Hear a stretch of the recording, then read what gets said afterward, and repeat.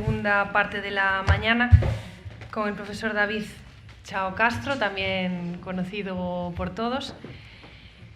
Y volvemos a la pintura, después de este interludio, ¿no? de este oasis musical, con esta conferencia que se titula De Jerusalén a Compostela, Santiago Apóstol en las pinturas de Martín Bernat.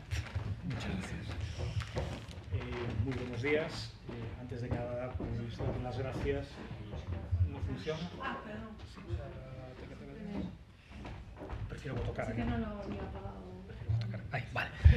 Nada, gracias. Muy buenos días. Antes de nada, quiero transmitir mi agradecimiento a Ana Pérez por la coordinación de este ciclo de conferencias y, por supuesto, al Museo de Peregrinacións por ser alma mater, que además de acogernos, pues está por detrás en todo ello. Resulta difícil volver de golpe a lo visual cuando acabamos de estar en lo audiovisual.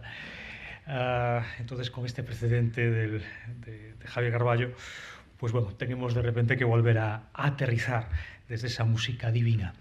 Y de alguna manera, también retomando lo comentado aquí con la directora del museo, con Esperanza, también vamos a volver a esos pseudos santos Juanes, Juan de Flandes y Juan de Juanes, porque lo que vamos a hablar ahora precisamente tiene que ver con esta cuestión.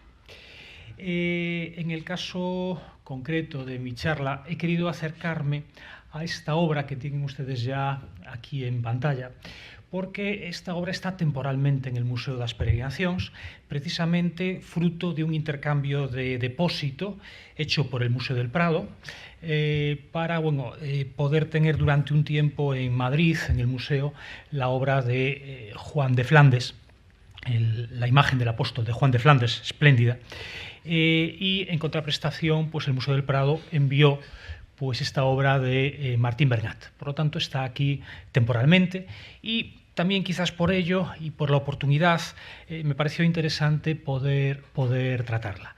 Este intercambio se produjo en el año 2022, estaba previsto que durase un año, 2 años, hasta finales del 23, se ha alargado.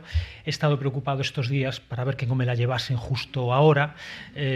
Bueno, pues aún hoy me han querido dar un susto en el museo diciendo que justo se acababa de ir, pero no, sigue aquí y bueno, pues agradezco que continúe. Bien.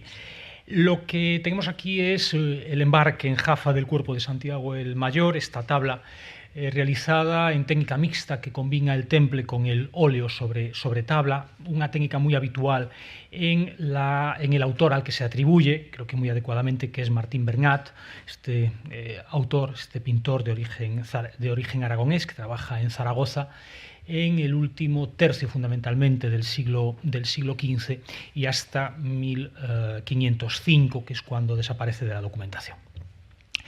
Tiene ahí las medidas, pertenece al Museo del Prado e, insisto, está como un depósito temporal aquí en Peregrinaciones. A la hora de tratar esta obra vamos a plantear 2 objetivos clave que nos van a permitir dividir esta charla en 2 mitades, en 2 partes. Por un lado, nos interesa ver ese análisis formal, el análisis estilístico de la pintura, un poco en aras a ratificar su adscripción tradicional, y insisto, creo que perfectamente conveniente, al pintor Martín Bernat como autor y también a ese contexto aragonés del último tercio del siglo XV. Y ya la segunda parte de esta charla nos va a llevar a los textos. Es decir, a esa revisión temática de esta, de otras pinturas afines sobre el apóstol Santiago que tiene aquí el Museo de Peregrinacións, atribuidas igualmente, o que están fuera de aquí, como en el Museo del Prado, atribuidas igualmente a Martín Bernat, o a talleres aragoneses posteriores, como las 2 pinturas inmediatas que están hoy localizadas en la sala junto a esta. Todo ello un poco para dilucidar pues, la fuente textual o las fuentes textuales que pudieron llevar a una inspiración directa al pintor y a los artífices en general. Nos vamos a quedar entonces en primer lugar nos vamos a dirigir a ese análisis formal y para ello es necesario llevar a cabo la revisión de estudios histórico-artísticos que han tenido en cuenta pues, todas estas pinturas y ese contexto aragonés tardogótico en su conjunto. obviando ya los estudios anteriores de Post y otros que han sido claves y siguen siendo fundamentales. Sin embargo, aquí simplemente pues apunto a aquellos otros historiadores que han hecho, bueno, pues que han realizado su revisión y sus estudios de manera más reciente, por supuesto comenzando por Mari Carmen Lacarra Ducay, continuando por Silvia Maroto, por Pilar Silva Maroto del museo en el Museo del Prado, por Nuria Ortiz Valera, que ha realizado pues hace 10-15 años su tesis y una monografía centradas precisamente en Martín Bernat. Y luego también otro autor fundamental que es Alberto Velasco González, que ha llevado a cabo un catálogo sobre Martín Bernat y sobre Miguel Ximénez, que colabora con Martín Bernat en varias obras. Y a este autor también se deben varios de los análisis y fichas catalográficas contenidas en el catálogo de Bartolomé Bermejo con motivo de la exposición que el Museo del Prado dedicó a este pintor excepcional en el año 2019. Aquí está pues, Alberto Velasco González, entre otros autores, en esa dirección de catálogo y de exposición llevada a cabo por Joan Bolina, conservador de pintura gótica en el Museo de Madrid.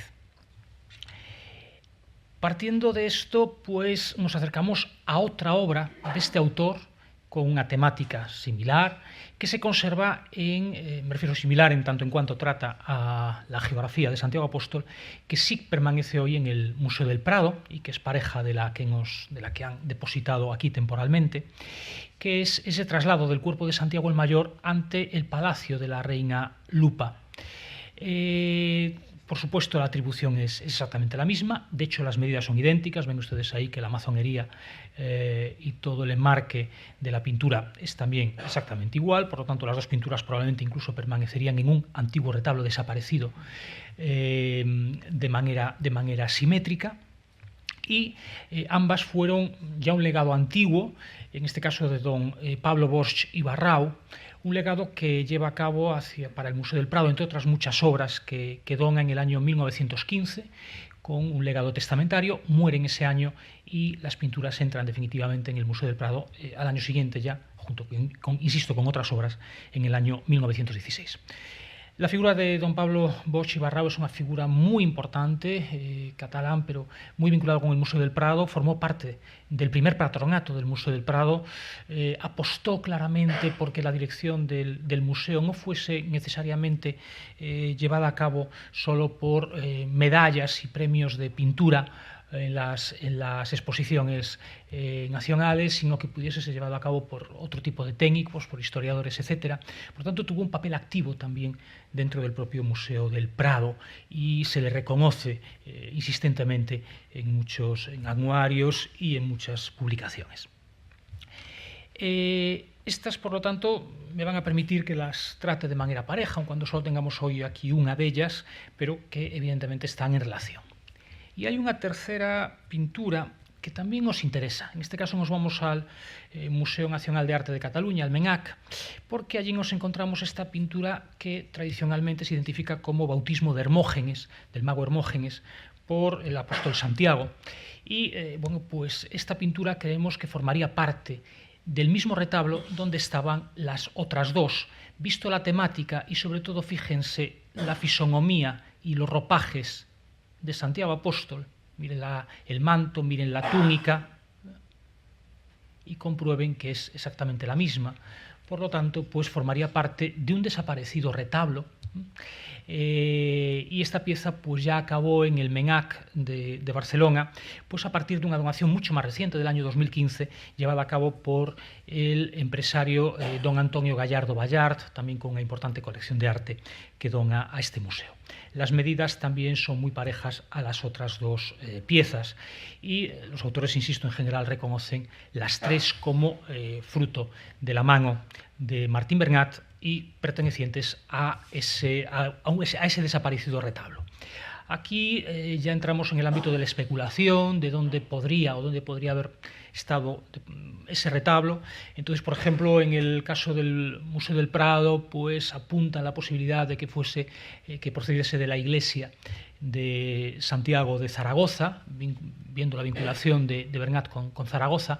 En el Museo, por ejemplo, de Barcelona, en el MENAC, apuntan si podría ser de la propia iglesia del Pilar, la vieja iglesia del Pilar de Zaragoza, etc. Insisto, no sabemos, no tenemos datos documentales claros que nos permitan pues marcar esa posibilidad. En todo caso, sería un retablo destacado, visto las escenas, estas tres escenas, que son muy puntuales, escenas de tipo hagiográfico bastante exhaustivas, indican que se tendría que tratar, insisto, de un retablo de buenas dimensiones, con bastantes tablas pintadas, que desgraciadamente pues el resto no conocemos su paradero, o las desconocemos, o por lo menos no se han identificado hasta este momento.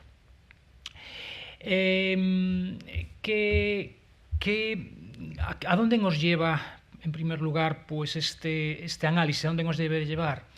Pues en primer lugar, a ver esta figura, hacer un pequeño repaso de Martín Bernat y ver cómo este maestro tardogótico va a colaborar ya de inmediato, en los años 70 sobre todo, con una de las grandes figuras de la pintura tardogótica hispana, que es ni más ni menos Bartolomé Bermejo.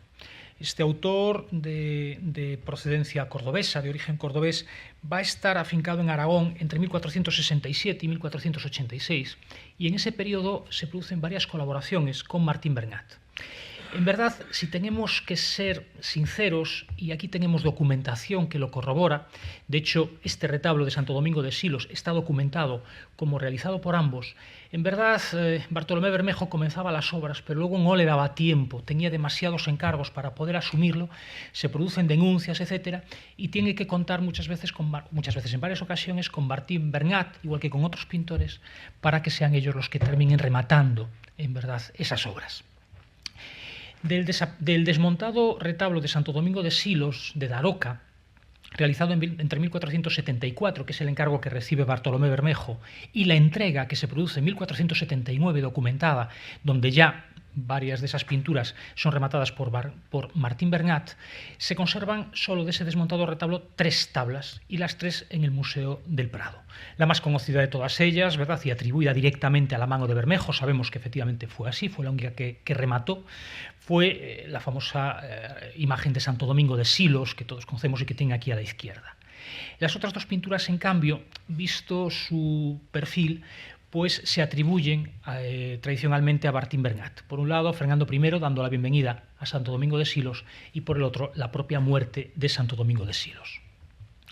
En todo caso, en ambos casos, lo que podemos ver es una serie de características que nos enlazan a ambos autores y que muestran que Bernat siguió de manera muy directa los postulados de su maestro, porque evidentemente tuvo que considerar a Bartolomé Bermejo como un verdadero maestro de él.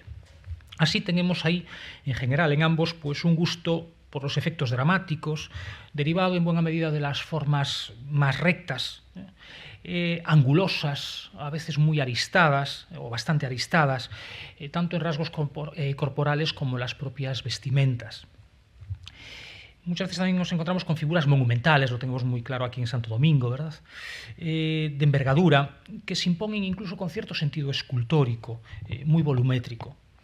Aplicaciones en ambos de oros y estucos en fondos, algo muy tardogótico, en los bordes de los trajes, en los nimbos, todo ello con un decorativismo que, claro, merma muchas veces, condiciona los valores plásticos de la propia pintura que tenemos ante nosotros.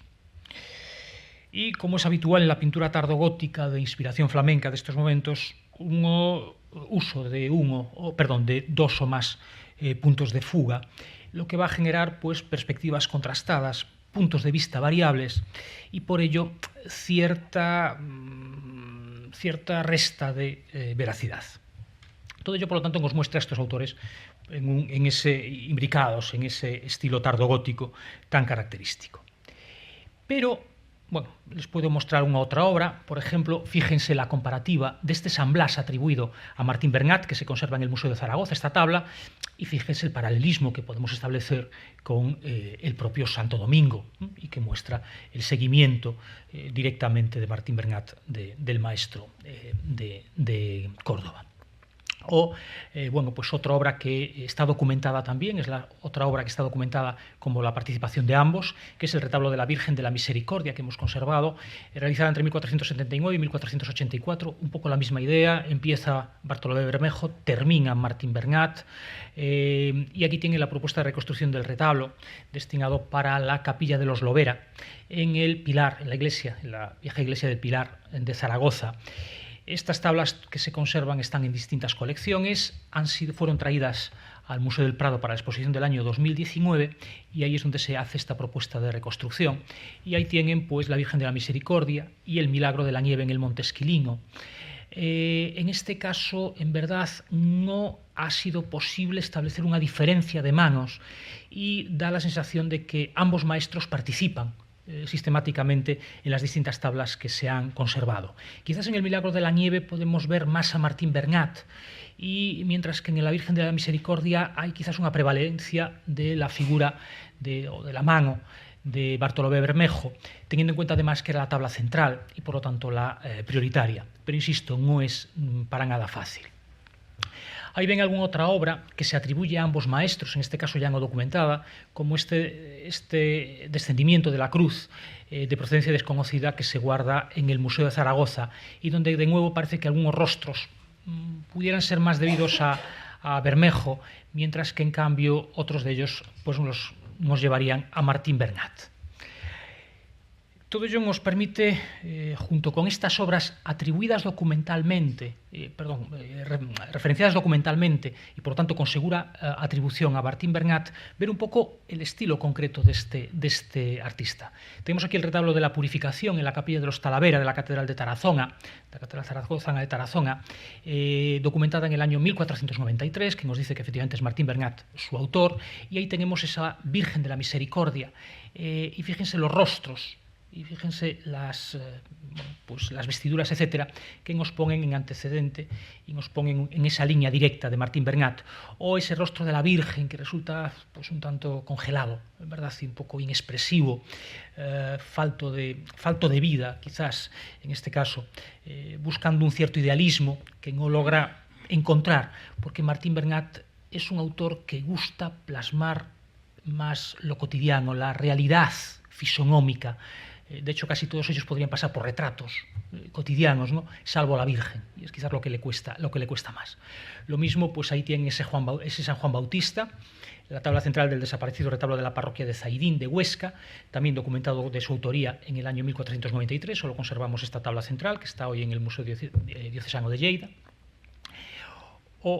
Y para que vean un poco pues quizás ese San Martín de Tours, esa supuesta imagen de San Martín de Tours, también de la tabla central de un retablo que también le ha sido adscrito, en este caso no tenemos la documentación, pero sí se le ascribió por su similitud en el Museo Lázaro Galdiano. Todo ello, y lo podemos dejar aquí, nos da, insisto, las pautas de las maneras de trabajar de Bernat. Para las composiciones siempre utiliza formas geométricas muy puras, sobre todo en el círculo, también el cuadrado, el triángulo. En cuanto a los personajes, a Bernat da la sensación de que le gusta sugerir movimiento. Que le cuesta sugerir movimiento, dando pie a figuras a veces como muy embaradas, un poco estáticas, detenidas quizás en la acción.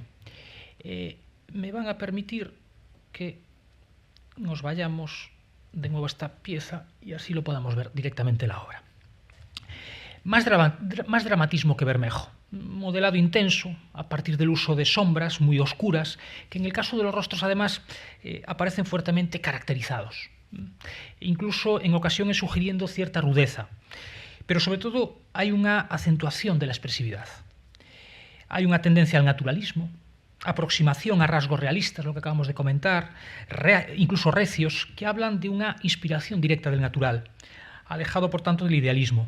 A veces incluso algunas figuras pueden resultar algo grotescas, alejadas del mayor refinamiento que mostraría Bermejo, lo que redunda de nuevo en esa fuerte expresividad y en una acentuación del concepto de humanidad. Figuras muy humanizadas, de nuevo despojadas de idealismos, aunque sugieren igualmente cierta espiritualidad. Paisajes que se abren en el fondo hacia el infinito, de manera muy fugada, ya sea con fondos neutros, cielos, la bóveda en perspectiva que veíamos en el milagro del bautismo de Hermógenes, o incluso dorados. Y ya también vemos ese tardogótico en el cromatismo que utiliza. Tiene un predominio en el uso de verdes, verdes más bien oscuros, azules, colores que al final resultan fríos, pero que le permiten establecer un contraste marcado con rojos, con bermellones, con carmines y las propias aplicaciones de oro. Pero insisto, decorativismo por lo tanto muy marcado, que lleva incluso a que podamos encontrar en algunos bordes letras que sugieren letras hebraicas, ¿no? Y ya ese detallismo también en la aplicación cromática, como en todo lo que tiene que ver con la figuración, con los motivos, vemos ahí la sugerencia de brocados, de bordados, etc. Pero, de nuevo, por lo mismo, eso va a implicar cierta pérdida de frescura, de inmediatez, que redunda en un cierto embaramiento de las escenas. Martín Bernat va a colaborar también, y así lo tenemos documentado, con otros pintores. Quizás de manera más asidua lo hace con Miguel Ximénez, un autor que procede de Guadalajara, pero que también va a estar activo en Zaragoza entre 1462 y 1505, y que también va a colaborar en algún momento con Bermejo. Pero insisto, hay varias colaboraciones mano a mano con Martín Bernat, sobre todo en los años 80 del siglo XV, en esa década. Y ahí tenemos una obra que hacen de manera conjunta, que es el retablo de la Santa Cruz, desmontado y vuelto a montar de manera aproximada de cómo podría ser en el Museo de Zaragoza. Hay otras piezas diseminadas en otros lugares, pero fundamentalmente casi todas se hallan en el Museo de Zaragoza, y procedería de la iglesia de Santa Cruz de Blesa, en Teruel. De hecho, el tema general del retablo, el retablo mayor, es la historia de la Veracruz. Se fue contratado en 1481, rematado en 1487, y en el remate, documentalmente, se le hace el pago exclusivamente a Miguel Ximénez, lo cual da a entender que tuvo un peso mayor Ximénez que el propio Martín Bernat. Ahí tienen dos de las tablas que quizás nos permitan de nuevo hacer atribuciones. La primera de ellas, ese Cristo con la cruz a cuestas, nos hablaría más de las maneras de Martín Bernat, mientras que fíjense que la tabla, una de las tablas centrales, en este caso la resurrección de los muertos con el juicio final, nos llevaría, con ese Salvador, pues nos llevaría ya a un Miguel Ximénez. Fíjense que tenemos a un Miguel Ximénez mucho más dibujístico que el propio Bernat, usando a menudo todo lo que tiene que ver la línea en el contorno, insistiendo en esos contornos, que además resultan muchas veces muy aristados, muy quebrados los pliegues. Es una tradición flamenca casi exacerbada, un tanto artificiosos, ¿verdad? O una figuración a veces excesivamente esbelta, que en todo caso le da una gran expresividad, pero que muestra también un cierto alejamiento, también en los rostros, con respecto a Martín Bernat. Vemos entonces, un poco todo este mundo y este contexto zaragozano en el que se inscribe nuestro pintor. La segunda mitad de esta charla nos lleva a esa revisión temática. Esa revisión temática de otras pinturas afines sobre el apóstol Santiago, que, insisto, atribuidas igualmente a Martín Bernat. Y todo ello para dilucidar cuál pudo haber sido la fuente narrativa de inspiración directa y sus precedentes textuales. Pero tenemos que tener en cuenta una serie de cuestiones. En primer lugar, hemos de tener presente el papel mediador del teólogo en la aprehensión y en la transmisión de la imagen textual. Condicionará al teólogo la comprensión y la elaboración figurativa por parte del artífice. Esto no lo podemos olvidar. También se ha de considerar la particular codificación material debida al artista, es decir, su autonomía creativa, más o menos desarrollada. Y en tercer lugar, también ha de ser tenida en cuenta asimismo la específica recepción por parte de los fieles y de comitentes de las obras llevadas a cabo.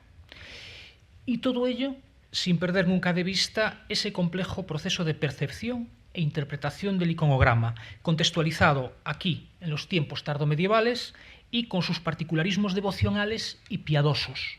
Todo ello es fundamental para poder abordar En concreto, pues este análisis, si queremos, de los textos. Evidentemente, el texto, y es indiscutible, en el que se fundamentan estas pinturas, sin lugar a dudas, es Jacobo de la Voragine. Y su famosa Leyenda Dorada, ya citada anteriormente por la profesora Dolores Barral, esa obra que este dominico, después arzobispo de Génova, pues escribe en torno a 1250-1280, ya aparecen versiones antes de su muerte, que él sigue modificando hasta ese momento, y que tuvo una especial difusión por toda la Europa cristiana. Fue, sin lugar a dudas, la obra más difundida y que es clave a la hora de interpretar todo el tema textual. Si me permiten, nos vamos en primer lugar, de manera muy rápida, a ver esa geografía de Santiago Apóstol. ¿De dónde surge? ¿Dónde aparece? ¿En qué textos antes de Santiago de la Voragine? Vamos a ver las fuentes de las que bebe el propio Santiago de la Voragine a la hora de tratar la figura de Santiago Apóstol. Teniendo en cuenta, además, que aquí tenemos una suerte, y es que Jacobo de la Voragine, quizás para darle autentificación a sus propios textos, muchas veces nos cita las fuentes, algo que no es habitual, y nos cita en quién se basa. Aquí lo podemos ver, y fíjense que pongo ahí a Jacobo de la Voragine en algún momento subrayado, porque nos dice concretamente las fuentes, que estas fuentes le han servido de inspiración. En un primer momento, la predicación de Santiago entre los judíos, todo lo que tiene que ver con su pasión, con su martirio, fue tomado por Eusebio de Cesarea, fue recogido por Eusebio de Cesarea en su Historia Eclesiástica, ya a comienzos del siglo IV. Ahí aparecen ya esos primeros rasgos, pero que van a ser ampliados, incluso mejor definidos, en un texto clave que es la Passio Sancti Jacobi, derivada de las Actas Apostolorum y del Pseudo Abadías, que desde luego fueron la fuente textual más prolija en todo lo relativo al cumplimiento por parte de Santiago el Mayor de la misión encargada por Cristo, de la Missio Apostolorum, su complementario poder taumatúrgico y los pormenores hagiográficos de su pasión y de su muerte. Hay que decir que esta Passio Sancti Jacobi gozó sobre todo de una gran difusión a partir de su traducción al latín, su versión latina, a finales del siglo V e inicios del VI, y a partir de ese momento su difusión es enorme. En ella se va a fundamentar también Jacobo de la Voragine. Y hay que decir que esa Passio Sancti Jacobi sería ya tomada como texto referencial siglos más tarde por los autores del Liber Sancti Jacobi, entre los siglos XI y XII, que, como saben, es el gran monumento literario compilado, elaborado en Compostela en los años 30 del siglo XII, compilado en los años 30 del siglo XII, pero con materiales anteriores, en honor del apóstol, y concebido desde la Catedral Compostelana, sobre todo para favorecer, para difundir el culto a Santiago y la devoción hacia sus reliquias sepulcrales en Compostela. Su versión más acabada, más preciosa, va a ser el propio Codex Calistinus, que es una auténtica copia de aparato de hacia 1160. E, insisto, la versión más acabada del Liber Sancti Jacobi. Lo que va a hacer el Codex Calistinus es adaptar entonces la antigua Passio Sancti Jacobi, aunque intercalando ya indicaciones interesadas, explicaciones, nuevos elementos, caso, por ejemplo, de la complementaria evangelización en Hispania por parte de Santiago, ahora sobre ello abundaremos, o de una serie de hechos milagrosos inmediatos al martirio. Todo ello daría pie a una versión modificada en el Codex Calistinus que recibe el nombre de Passio Magna, la Pasión Mayor, contenida en el capítulo 9 del libro primero del Codex, y al tiempo fue asimismo elaborada a partir de ahí igualmente una versión más reducida, la Passio Módica, e incluida en el libro cuarto de ese mismo, en el capítulo cuarto, perdón, de ese libro también primero del Codex Calistinus. Pero resulta que cuando nosotros nos acercamos a las pinturas que nos interesa, nos encontramos con otros elementos que nada tienen o que poco tienen que ver con la parte anterior a la muerte de Santiago, sino que nos encontramos con unas pinturas que lo que recogen precisamente es el tema de la traslatio.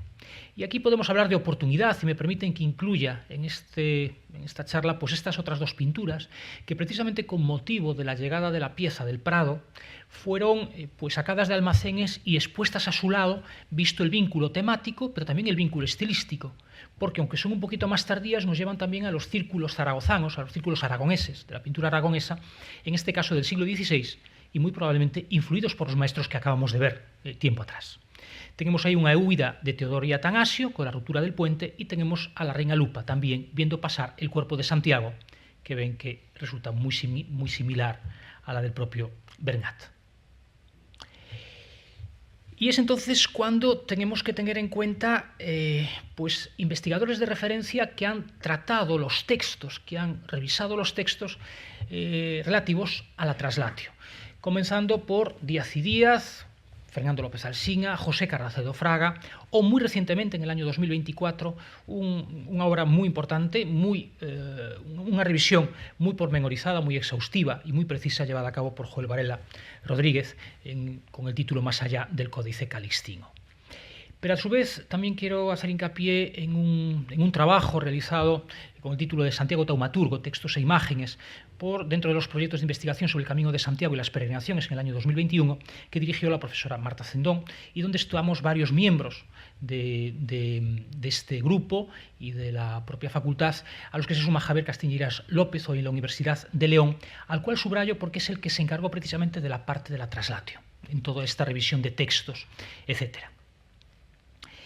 Y hay que decir que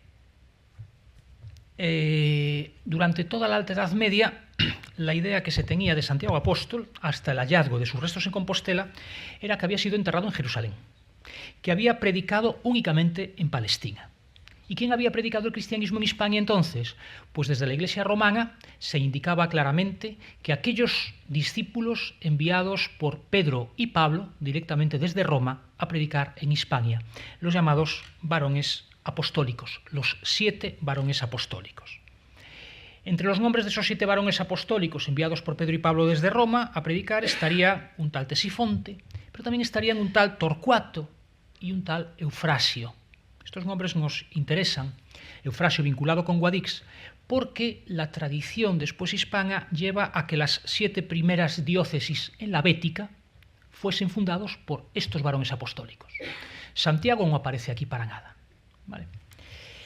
¿Cuándo va a aparecer Santiago?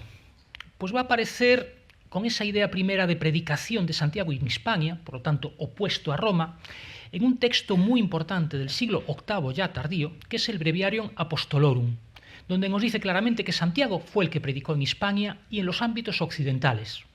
Y además incluso indica que fue enterrado en un lugar llamado Acaia Marmárica, que después, como saben, sería traducido por Arca Marmórea. El Breviarium Apostolorum se hace eco y al mismo tiempo influye en otros autores. San Isidoro fue el primero que planteó que esa predicación de Santiago tuvo lugar en Hispania. Y a él lo siguió también el propio Beato de Liébana, haciendo hincapié en ello y en el himno Oberbundei. También Beda el Venerable algo señala al respecto. Pero vemos que en todo ello estos autores se están oponiendo a la tradición romana. Bien es cierto que la Iglesia alto medieval hispana está al margen de Roma. Claro, vistos estos precedentes, lógicamente no es de extrañar entonces que tenga lugar el descubrimiento, ya que ha predicado en Hispania, pues el descubrimiento de los restos del apóstol Santiago hacia el año 830 en Compostela, en ese lugar perteneciente al obispado de Iria Flavia, con 2 figuras clave, el obispo Teodomiro y Alfonso II. El monje o el anacoreta Pelayo todavía no tiene aquí cabida. Su mención será posterior, ya en la Concordia de Antealtares del año 1077. Si ha predicado en Hispania, ¿por qué no iba a estar enterrado en Hispania? Y esto es lo que se plantea y, por lo tanto, aparecen esos restos. Y hay una cuestión muy importante, que es la carta del rey Alfonso III a la iglesia de Tours del año 906, donde él señala fehacientemente que los restos de Santiago están en Compostela. Es uno de los primeros textos donde se afirma claramente esta cuestión y, por lo tanto, ante las dudas que se podía plantear en Tours y en otros lugares. Claro, el problema es cuando llegamos a este descubrimiento, porque entonces lo que hay que justificar es la traslatio. ¿Cómo llegaron los restos del apóstol, que sabemos por los textos antiguos que ha sido martirizado, decapitado en Jerusalén? ¿Cómo pudieron llegar hasta Compostela? Y esa justificación es lo que se atenderá inmediatamente después. Y en primer lugar, y como texto clave, tenemos la epístola Leonis, en el siglo VIII, atribuida a un supuesto papa León. Es la primera vez que se hace una justificación de la traslatio tras el hallazgo de los restos en Compostela. Menciona a 7 discípulos, y entre los 3 identificados con nombres concretos, Torcuato, Tesifonte, Anastasio, los 2 primeros se corresponden con los 2 varones apostólicos romanos. ¿Qué estamos viendo aquí? Un interés por misturar, por mezclar ambas tradiciones, por crear una síncresis entre ambas tradiciones, la tradición romana de los varones apostólicos, pero llevarlos al ámbito del propio Santiago apóstol. Estos discípulos de Santiago pues habrían tomado los restos después del martirio, los habrían embarcado, guiada la embarcación milagrosamente por la mano de Dios, directamente, llegado a la confluencia de dos ríos, lugar donde el cuerpo de Santiago fue elevado al sol, verdaderamente fue elevado, la idea de la elevatio, y posteriormente depositado en su actual edículo compostelano. Tuvieron en el camino que derrotar a un dragón en un monte, y 4 de aquellos discípulos, una vez enterrado Santiago, habrían regresado a Jerusalén. Este, por lo tanto, fue el texto clave y seguirá siendo clave en los siglos posteriores. Versiones de esta epístola posteriores al original, pues van incluyendo nuevos aspectos. Por ejemplo, incluyen la historia de los bueyes salvajes domados milagrosamente por los discípulos, e incluyen otros temas tomados de nuevo directamente de la leyenda de los varones apostólicos romanos. Al desembarcar en Galicia, los discípulos hablan con el rey del lugar, se enfurece, envía a los soldados a perseguirlos, pero resulta que al pasar por un puente, este se derrumba, matando a los soldados y al propio rey, en esos primeros textos de la epístola Leonis. Esto es lo mismo que nos narraba la geografía de los varones apostólicos romanos cuando hablaban de Guadix y cómo los varones apostólicos fueron perseguidos por el pueblo pagano, y al ser perseguidos el puente se derrumba y los mata a esos paganos que los persiguen. Por lo tanto, vemos de nuevo cómo se intercalan ambas historias. Menciona también la epístola Leonis a una tal Luparia, mujer que poseía un templo pagano, donde los discípulos quieren enterrar al apóstol y a la que solo van a convencer después de varios milagros, y además se convertirá al cristianismo. ¿Esta Luparia de dónde es tomada? Pues directamente otra vez de esa historia de los varones apostólicos romanos, donde había una matrona romana, también llamada Luparia en el relato, que tras ver los milagros obrados por aquellos, se convierte y erige una iglesia y un baptisterio cristianos. Por lo tanto, vemos cómo viene de ahí. Pero incluso hay un esfuerzo por galaiquizar todo el relato, para darle verosimilitud al relato nuevo de la predicación de Santiago y de la traslatio. De la traslación solo. Lupa vive en un monte que es el Monte Lobeira, Monte Lupario, que todos conocemos, vinculado con la zona de Arousa, con Padrón. El rey vive en Dullo, por lo tanto hacia la Costa da Morte, y al volver, al ser perseguidos, pues el puente que se derrumba sería en Egreira, y ahí se ha identificado como el Ponte Maceira, el más adecuado. Bien, ¿qué sucede? Que sin embargo, estos textos, preocupados por la traslatio, van a dejar de lado, evidentemente de manera consciente, el tema de la predicación. Se olvidan o dejan de lado la predicación de Santiago en Hispania, quizás con el deseo de no incomodar demasiado a Roma para que acepte que esos restos verdaderamente son de Santiago. Por eso también esa síncresis entre las dos tradiciones. Llegamos así al... bueno, y hay una cuestión importante. Llegamos al siglo XI, pero en el siglo XI verdaderamente esos textos volcados en la traslación se incrementan para justificar y difundir que los restos de Santiago están en Compostela. Y aquí se recrudece el conflicto con Roma, se acrecienta en el momento donde Roma además quiere controlar de manera definitiva, como logrará, a la Iglesia hispana, que había estado al margen. Y entonces, claro, ¿qué es lo que le chirría a Roma? Que de repente haya otra nueva sede apostólica. Ellos consideran que la única sede apostólica es Roma, con los dos apóstoles, Pedro y Pablo. Y esa de Compostela, rival. Por ello, insisto, quizás por ello sigue sin mencionarse en los textos que reivindica la Traslatio el tema de la predicación de Santiago en Hispania. Vamos a dejar que Roma quede tranquila diciendo que efectivamente fueron los varones apostólicos romanos. Pero fíjense, en este recrudecimiento, en este conflicto con Roma, todavía Gregorio VII, el Papa Gregorio VII, en 1074 manda una carta a los reyes hispanos defendiendo que la predicación del cristianismo en Hispania fuera llevada a cabo por los varones apostólicos, enviados por Pedro y Pablo, y no otros. Pero las negociaciones van a buen puerto y pocos años después, en 1095, al obispo Dalmacio de Iria Flavia se le concede que por fin pueda trasladar la sede catedralicia de Iria Flavia a Compostela y se reconoce como Compostela como sede apostólica. Por lo tanto, Roma entra en esa dinámica y acepta, aunque sea de manera tardía. Y es interesante ver aquí cómo desde Compostela buscan promocionar el culto a Santiago. ¿Y cómo lo hacen? Pues lo que hoy está tan de moda. No me atrevo a decir fake news, pero sí modificación de la realidad. Esa tradición plenamente asentada en Compostela, histórica, de que el descubrimiento había tenido lugar bajo el reinado de Alfonso II y con el obispo Teodomiro, pues de repente nos olvidamos de ello y resulta que a quien le atribuimos la inventio es directamente a Carlomagno, dándole el impulso europeísta y por lo tanto de difusión. Nada mejor que mencionar a Carlomagno, es el momento donde se están pues desarrollando los cantares de gesta y sobre todo pensemos en toda la tradición vinculada a Carlomagno, que señalar que a Carlomagno se le aparece Santiago y que le dice que vaya a liberar su sepulcro de los sarracenos, y allá Carlomagno se encamina. Tan importante es este tema que va a ser motivo de la inclusión de un libro entero en el Santi Jacobi, en el Codex Calistinus, el famoso libro cuarto, con el Pseudo-Turpín, ¿vale? Haciendo hincapié en ello. Por lo tanto, vemos de nuevo los intereses compostelanos. ¿Y qué ocurre en el siglo XII? Pues rápidamente ya vamos a acabar. Contamos con varias versiones textuales de la Translatio.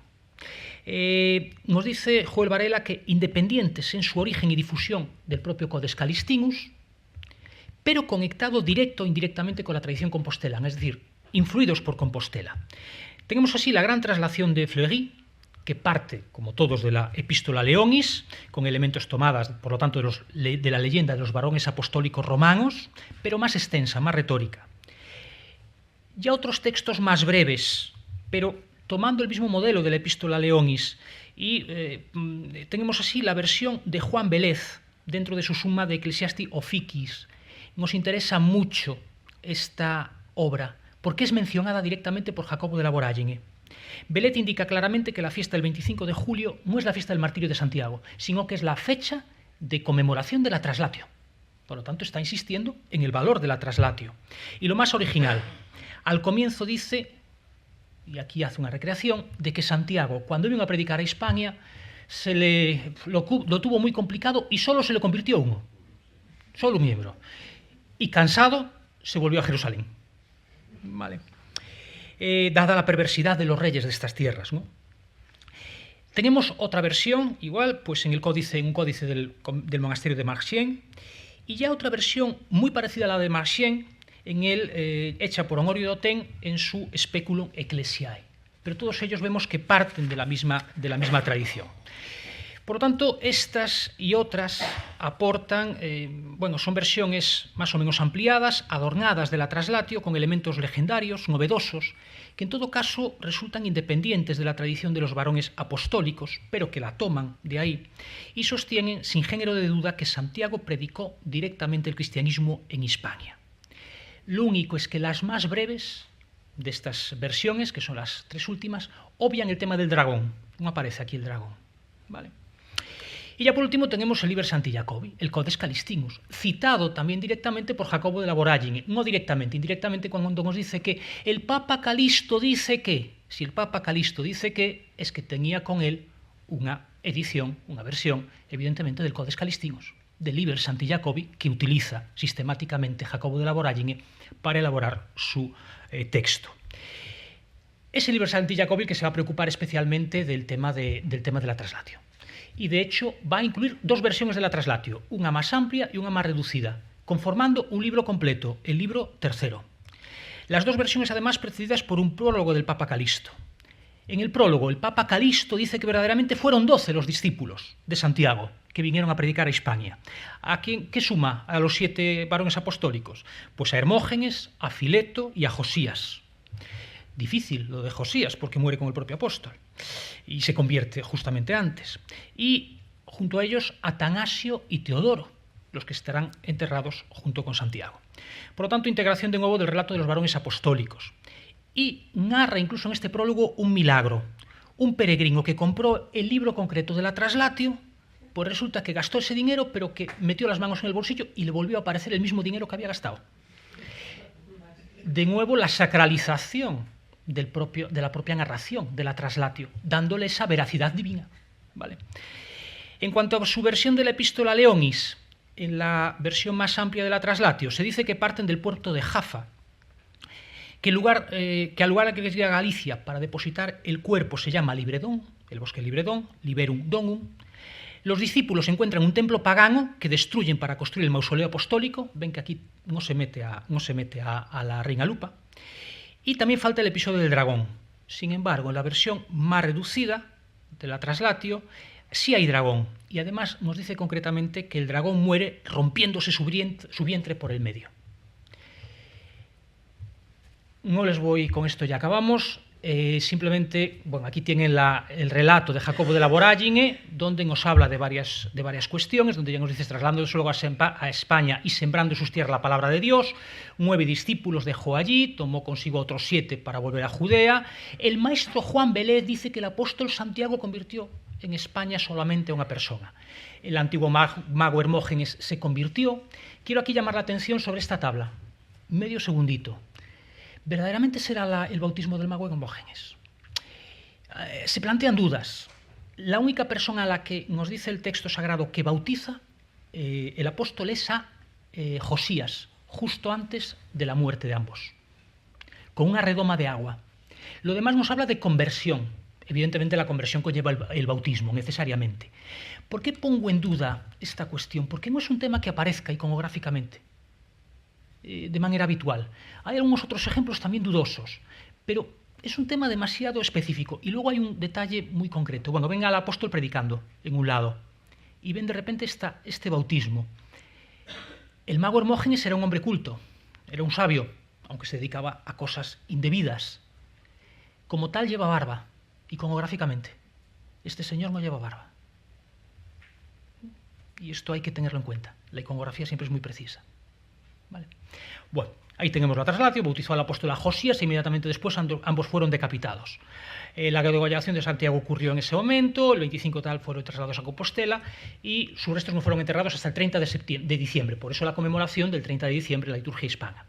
El maestro Juan Vélez escribió un cuidadoso e interesante reto del hecho de la traslación. Nos lo está diciendo claramente. Lo embarcaron, fue Dios el que gobernó a donde quiso Dios que fuera Santiago, quiso que fuera hasta Compostela, los restos, y conducido por el ángel del Señor, la barca comenzó a navegar. Ven detrás las dos escenas dentro de esta síntesis espacio-temporal tan característica de la pintura en estos momentos, meter dentro de una misma pintura 2, 3 o más escenas, un poco para condensar. Aquí, si se fijan, nos están metiendo dentro de la escena todo el relato están evocando o invocando a la memoria del fiel para recrear el relato desde que llega a la barca hasta que pasa hasta la Reina Lupa. La caída del puente, ahí lo vemos. En este caso no muere el rey, ¿vale? El rey se convertirá al ver que mueren los soldados. Y luego los discípulos pues doman los bueyes y bueno, pues Lupa queda sorprendida y se convierte también. Y ellos llegan con el carro hasta el propio palacio de la Reina Lupa y ella les concede el palacio para hacer la iglesia, para hacer el mausoleo, perdón, del apóstol Santiago. Aquí vemos evidentemente ya una arquitectura muy renacentista. Ahí tenemos, bueno, la vida santa, piadosamente, etcétera. Como conclusión, debe tenerse en cuenta aquellos relatos y tradiciones textuales, con especial atención a su grado de difusión en tiempos ya del tardogótico, sobre todo la leyenda dorada, pero ¿de dónde vienen esos textos? Esos textos tuvieron que servir de inspiración directa o indirecta para los artífices dedicados a transcribirlos por medio de imágenes, aquí la pintura. Claro, se forja una tradición, un imaginario colectivo, que muchas veces les permitiría abordar temas geográficos concretos, como los que tenemos aquí, sin necesidad de un conocimiento exhaustivo del texto por parte de los artistas, pero a buen seguro que sí lo tenían. Y dichos textos deben ser convenientemente enfocados con el objetivo de no perder la perspectiva acerca de la autonomía en la elaboración y percepción de las imágenes. Muchas gracias.